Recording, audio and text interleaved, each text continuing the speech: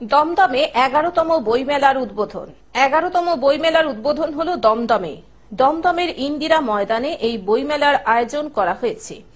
এবারই প্রথম এই বইমেলার দায়িত্ব পেয়েছেন দক্ষিণ দমদম পৌরসভার 15 নম্বর ওয়ার্ডের কাউন্সিলর দেবাশিস বন্দ্যোপাধ্যায়। এই দায়িত্ব পেয়ে দেবাশিস বন্দ্যোপাধ্যায় উদ্বোধনের দিন পুরো মেলা জুড়ে যে কর্মকাণ্ড করেছেন তাতে আগামী দিনগুলো বিশেষ করে মেলা যে কদিন চলবে তাতে মানুষের ঢল যে নামবেই সে কথা সবাই বলতে পারে। এই মেলায় প্রায় 39টি স্টল দেওয়া হয়েছে এবং এই বইমেলা চলবে 23 ডিসেম্বর থেকে 31 ডিসেম্বর পর্যন্ত।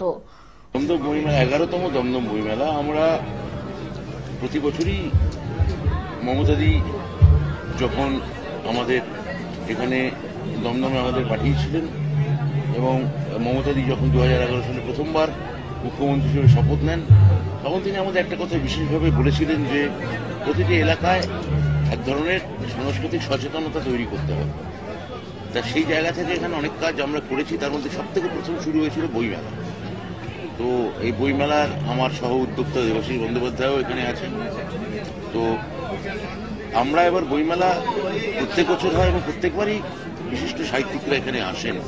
যেমন এবার শ্রী অমর মিত্র, শ্রী প্রচেত গুপ্ত, শ্রী ত্রিদীপ চট্টোপাধ্যায়, পাবলিশার্স গিল্ডের অন্যতম প্রকাশক সুধাংশু দে, তাঁরা সবাই এসেছিলেন। আমার সাংসদ সৌগত রায় এবং প্রাক্তন পৌর প্রধান এবং বিশিষ্ট লেখক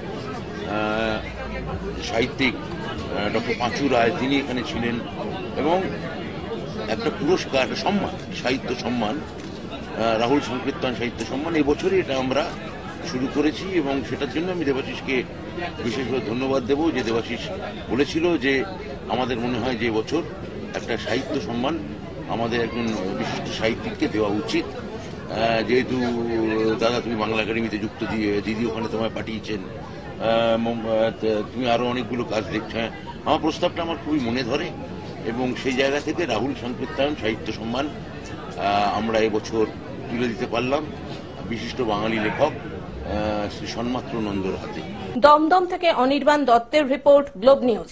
এখন থেকে গ্লোব টিভি দেখুন আপনার স্মার্টফোনেও।